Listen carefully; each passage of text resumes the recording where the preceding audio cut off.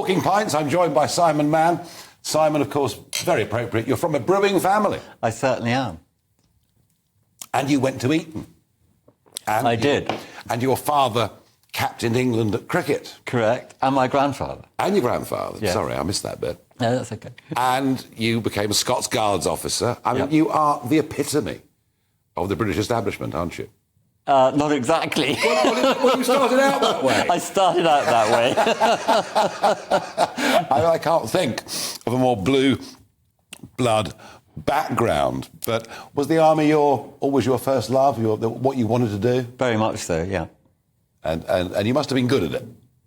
Probably quite good. Well, to get into the SAS, and we've had so many books written about it over the course of the last few years. Too many. Well, yeah, and probably people saying things they shouldn't say about operational activities and all sorts of reality shows. You know, could you qualify for the SAS? But so what happens? Do they pick you as opposed to you picking them? No, you volunteer. You volunteer. And then you have to persuade your parent regiment, because you have to come from a regiment, to go to the SAS. So you say you want to go. They probably tell you to F off. Yeah. Because if you're any good, they want to keep you. Yeah. So you have to have a bit of a sort of fight to get onto selection, and then you have to pass selection. Which is demanding. Yes. You clearly were good at it because you were there for 10 years. I mean, it's not bad, is it? No, I wasn't in the SAS for 10 years. No, I did a troop commander's tour for 3. Yeah. I was in the British Army for, I think, a total of 12 years. Okay. I joined and left a couple of times, and thoroughly enjoyed it. And both of my sons have served in the regular army. Another son was a reservist, and the fourth son wants to join the Royal Marines. Right, OK, so it's continuing. And how's your cricket? Terrible. I was a wet bob. I rowed instead. So you didn't play in the Eton Harrow match or anything like that? None of that. No. Well, I mean, grandfather, England captain. I know, well, exactly, but you can imagine. You can imagine how that worked. Because I was the eldest, and I was meant to be the third in a row to be the captain of England. And by the time I was 13, I realised absolutely useless at it. Now, you've done your time in the British Army and the SAS, the regiment, as they call it. And not unnaturally, you go into security. It's a pretty well-trodden path. A well-trodden path. Yeah. And that can take all sorts of forms, and from what I can see and what I've read, this started off in a fairly conventional way, and then there's a transition in Angola where Simon Mann goes from being a guy in charge of security to being a mercenary. What happened? Slightly different, actually, because I'd rejoined the army in order to try and take part in the First Gulf War. Mm-hmm. And I was on the personal staff of Sir Peter de la Billière, which was a great honour, and he was a terrific general and a great boss and all of that. And then when that finally came to an end, I joined Tony Buckingham's oil and gas company, Heritage Oil and Gas, but as an oil executive. And the whole idea was I was going to reinvent myself. Make loads of money. Make loads of money and be an oil and gas man. Instead of which, within 6 months, I was a general in the Angolan army. So the transition had gone horribly wrong. Fighting in what was a very bloody, horrible civil war. Which had been going on for 30 years. Yeah. I mean, it was terrible, absolutely terrible. And we'd been attacked, and I said to Tony Buckingham, my great friend and partner in the business, the oil and gas business, I said, come on, let's attack back. Which is what we did, and that begat Executive Outcomes and their engagement in Angola.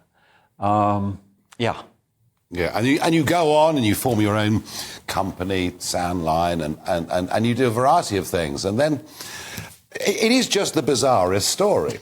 You know, the old Italian who plans a coup, in Equatorial Guinea, with funding provided by the son of Margaret Thatcher. I mean, what on earth was going on here? Well, it seemed like a very good idea at the time. Did it? Why? Well, it was... Was the president that corrupt and that bad? It was a tyranny, and it appeared to be very bad, and it seemed like a way of sort of introducing, peace and democracy to a blighted land, and we'd all make some money. Yeah. and it all went horribly wrong. So the idea was you get rid of the president that's in, you get another chap in who's a bit more friendly. We're a lot more friendly because we had a chap who'd been elected the mayor of Malibu, the capital, democratically elected, and I was really his escort. Had things gone to plan. And the objective was oil and gas? No, it was to return the country to, nice democratic sort of setup. We weren't going to touch the oil and gas because the Americans had ordained, do not touch the oil and gas. But there must have been another motive. There must have been a deeper motive than just getting rid of a bad guy. Get rid of a bad guy and make a load of money and make a big difference in the region. Yeah. Because actually, had we been successful, then there would have been a knock-on effect. It all goes wrong. I think in latter years thought that perhaps Sir Mark Thatcher's involvement wasn't particularly helpful. Well, Mark was a friend of mine, and he came up with the money when we needed it. Yeah. And he wanted to be very involved. And then, of course, the wheels fell off the wagon, and I don't blame anyone for diving for cover at that point. Okay. Which he did.